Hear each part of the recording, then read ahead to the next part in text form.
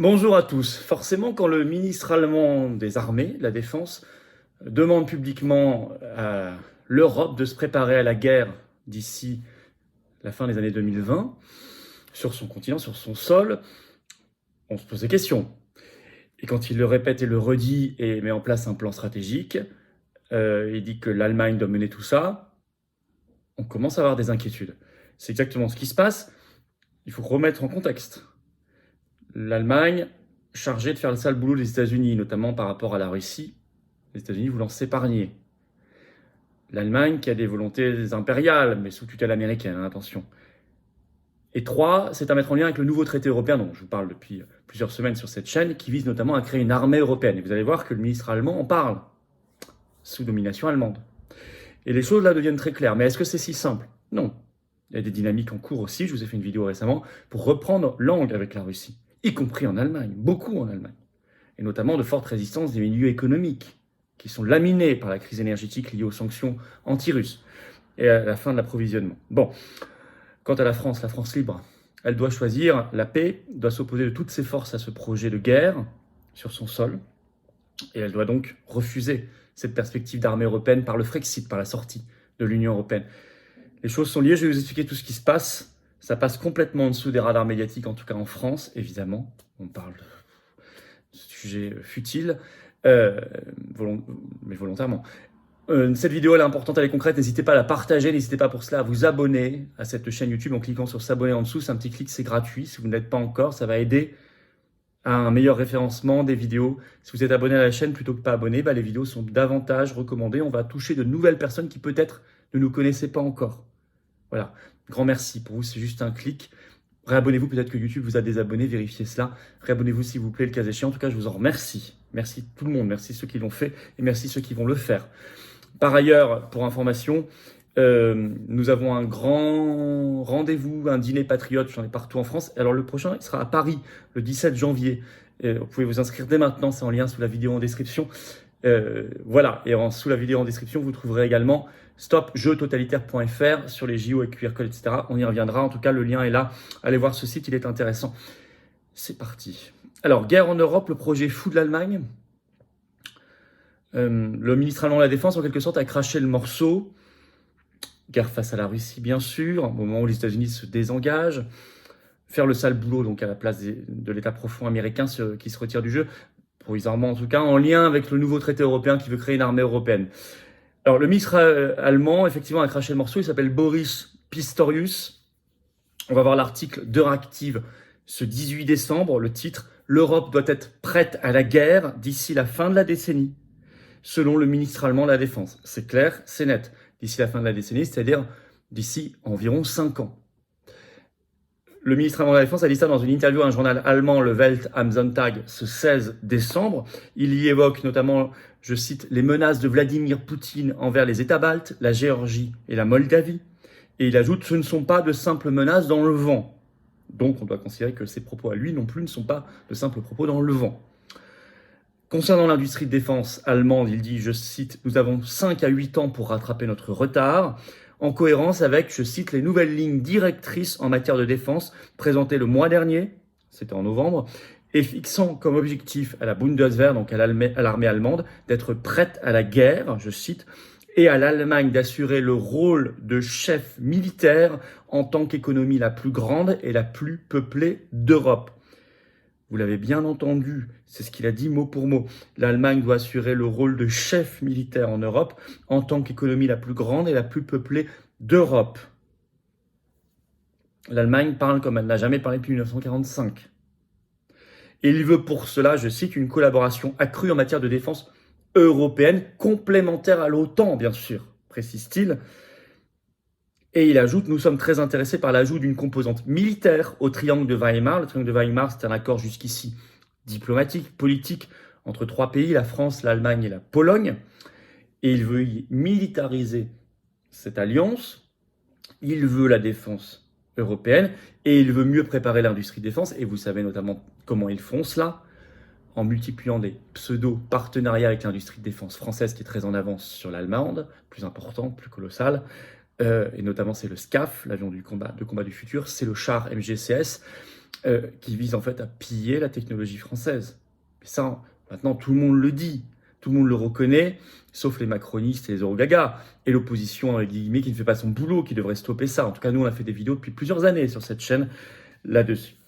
Tout ça est en cohérence. Alors déjà, je vais vous dire pourquoi il ressuscite le triomphe de Weimar avec la Pologne, parce qu'en Pologne, il y a un nouveau Premier ministre, eurogaga, atlantiste, Donald Tusk. Pas confondre avec Donald Trump, rien à voir. Alors, mais le ministre allemand de la Défense, ça n'est pas un propos en l'air parce qu'il récidive. Déjà, on va aller voir dans la presse belge qui en avait parlé, la presse française n'en parlait pas. La Libre, donc la Libre Belgique, 30 octobre 2023, l'article est toujours en ligne, je cite « Nous devons nous préparer à la guerre en Europe ». Il avait déjà dit ça, le Boris Pistorius, ministre allemand de la Défense, c'est obsessionnel. Et je cite « Il appelle l'armée allemande et la société à s'y préparer ». Il avait ajouté « Nous devons nous habituer à nouveau à l'idée qu'il pourrait y avoir une menace de guerre en Europe ». Il avait dit ça à l'époque dans une interview à la télévision allemande, en ajoutant « Dans 3, 4 ou 5 ans, la Bundeswehr, armée allemande, sera complètement différente ». Toujours cette échéance de 3, 4, 5 ans. Qui vous rappellera l'agenda 2030, signé notamment pour sa composante militaire, c'est-à-dire l'OTAN, en juin 2021 à Bruxelles. Bon, on a parlé abondamment sur cette chaîne déjà.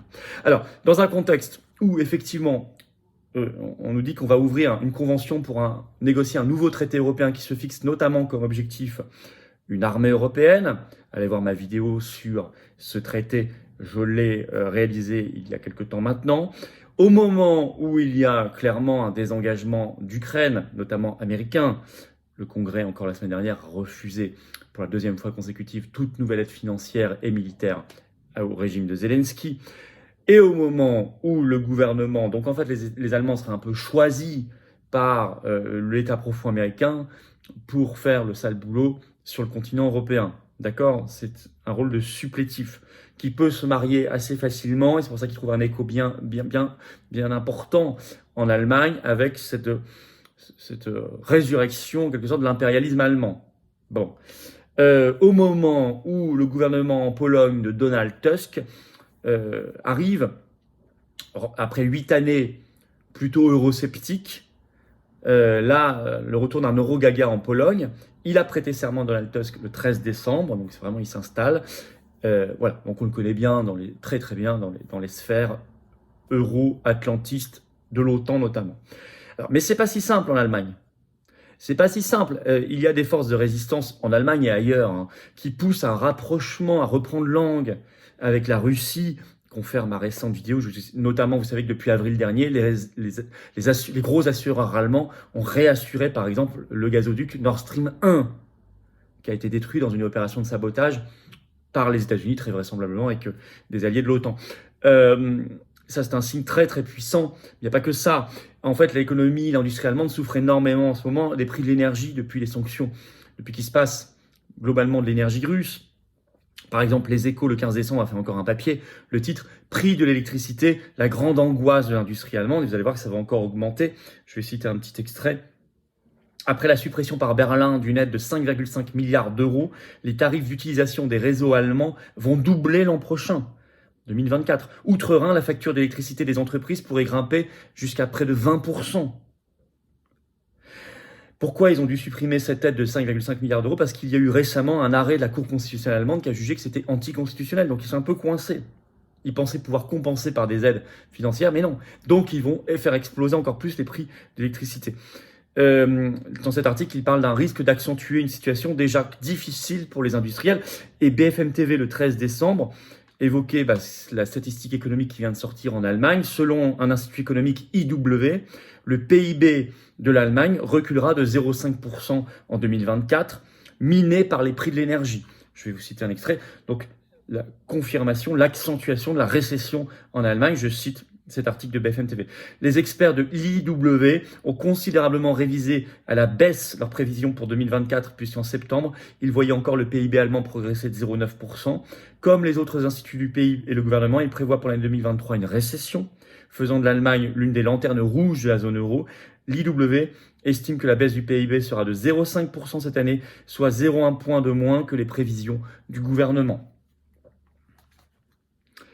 Et évidemment, on l'a vu extrêmement lié à cette flambée des prix de l'énergie, notamment pour les industries allemandes qui sont structurantes dans l'économie allemande.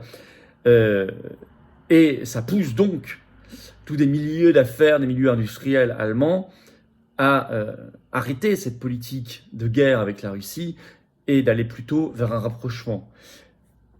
Donc, les jeux ne sont pas faits. Ce n'est pas parce qu'il y a ces déclarations de Boris Pistorius, le ministre allemand de la Défense, réitéré ceci dit, et ce plan de la Bundeswehr, de l'armée allemande, que les choses sont faites. Ceci dit, il faut quand même nous être alertés de ce qui se dit et se passe. Ces déclarations doivent plus que jamais nous laisser penser que l'industrie défense française et l'armée française doivent être indépendantes, parfaitement indépendantes. Si nous sommes embarqués dans ces engrenages par le truchement de l'Union européenne et d'une industrie de défense européenne, soi-disant, et d'une armée européenne, alors évidemment, nous serons embarqués dans ce grand mouvement de la guerre. Ça doit nous pousser encore plus au Frexit. Ça doit nous pousser encore plus à fédérer toutes les forces de résistance qui s'opposent à la guerre et qui veulent la paix. Défendre les intérêts des peuples et la paix partout. Pas pour rien qu'on bouge. Ce n'est pas pour rien qu'on fait ces grandes manifs nationales pour la paix. Ce n'est pas pour rien qu'on réclame la sortie de l'Union européenne et de l'OTAN. Et l'arrêt de la naïveté coupable et de la traîtrise et de la soumission par rapport à l'Allemagne, son gouvernement, et ce pseudo-couple franco-allemand qui n'existe d'ailleurs dans les expressions et les mots qu'en France, qui n'existe pas en Allemagne.